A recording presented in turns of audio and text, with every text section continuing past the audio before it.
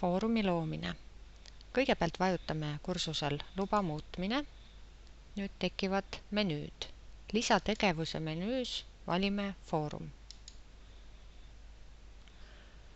Foorum on selline vahend, mille abil saavad õppijad lisada igasuguseid postitusi, arvamusi, aga lisaks panna postituse juurde ka faile ning postitused on nähtavad kõikidele, nii õppejõududele kui õppijatele. Samuti saavad foorumisse postitada ka õppejõud. Foorumis on kõigil võrdsed võimalused. Foorumit saab kasutada väga erinevatel eesmärkidel. See võib olla arutelufoorum, kus on näiteks tutvustused või mingisugused esitlused, aga võib olla ka rühmatööfoorum, kuhu iga rühm esitab oma töid ja arutleb siis nende valmimise ja muude aspektide üle.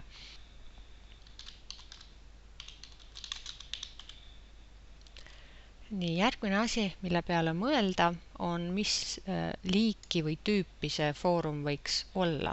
Et Moodle'is on olemas mitu erinevat varianti.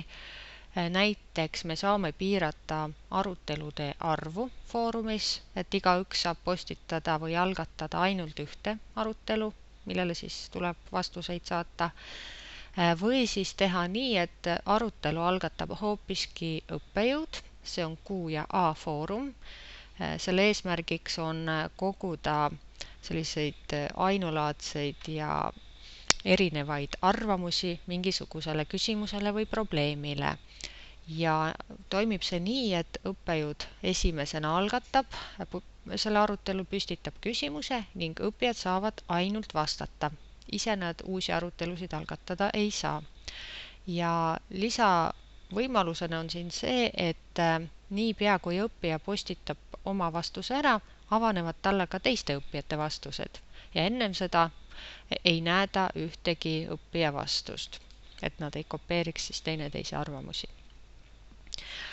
Nüüd standardfoorum on siis klassikaline foorum, kus igaühel on piiramatu arv postitusi ja arutelusi võimalik algatada nii õppijal siis kui õppejõul. Ja üksik lihtne arutelu on siis sarnane Q ja A foorumile, aga selle vahega, et siin on kõik vastused juba koheselt nähtavad, ehk siis õppejõud püstitab arutelu ja õppijad saavad ainult vastata ja vastused on kohe näha. Kui foorumi liik on valitud, liigume edasi liitumise ja jälgimise juurde. Kui te soovite, et teie õppijad saaksid igast postitusest koopia oma e-postile, siis te võite valida siit sunnitud liitumine. Enamasti seda ei tehta, sest et postitusi tuleb üsna palju ja see risustab postkasti. Aga kui te soovite ise näiteks jälgida, et iga saabuv postitus või vastus tuleb teile e-postile, siis võite valida endale jah. Õppijate puhul võib siis jätta selle võimaluse valikuliseks, mis tähendab seda, et nad ise otsustavad, kas soovivad või mitte. Nüüd järgmine asi on hinnangud. Igat foorumi postitust on võimalik hinnata mingisuguse skaala alusel, kas siis arvestatud, mitte arvestatud või siis punktid.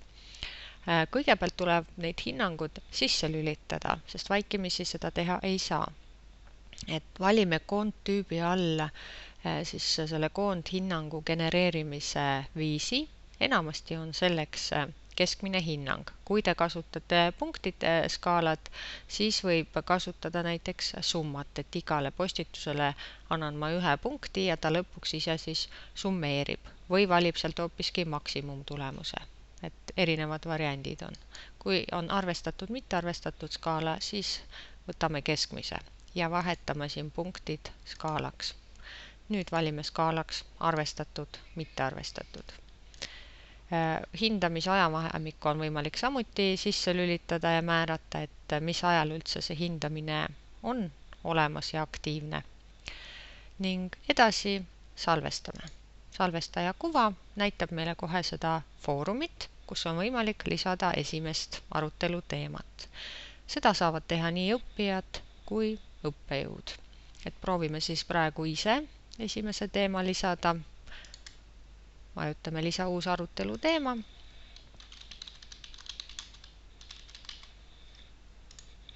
Lisame mingisuguse lühikese postituse ja pange tähele, et siia on võimalik lisada ka faili manuseks sellele postitusele ja samuti on võimalik panna linnuke meili nüüd, mis saadab selle postituse kohe meiliga kõikidele selle foorumiga liitunud osalejatele. Nii, postita foorumisse, jätka ja ongi esimene arutelu teema siin püsti. Teemad saab avada, kui klõpsad selle peale ja vastamiseks vajutad siin paremal lingile vasta. Vastata saavad nii õppijad kui õppejõud, siin ei ole vahet, mis rollis sa oled ja täpselt samamoodi näeb iga postitus välja, et kõigepealt sisestad sõnumi ja siis saad soovi korral panna ka manuse ehk faili siia juurde ja postita.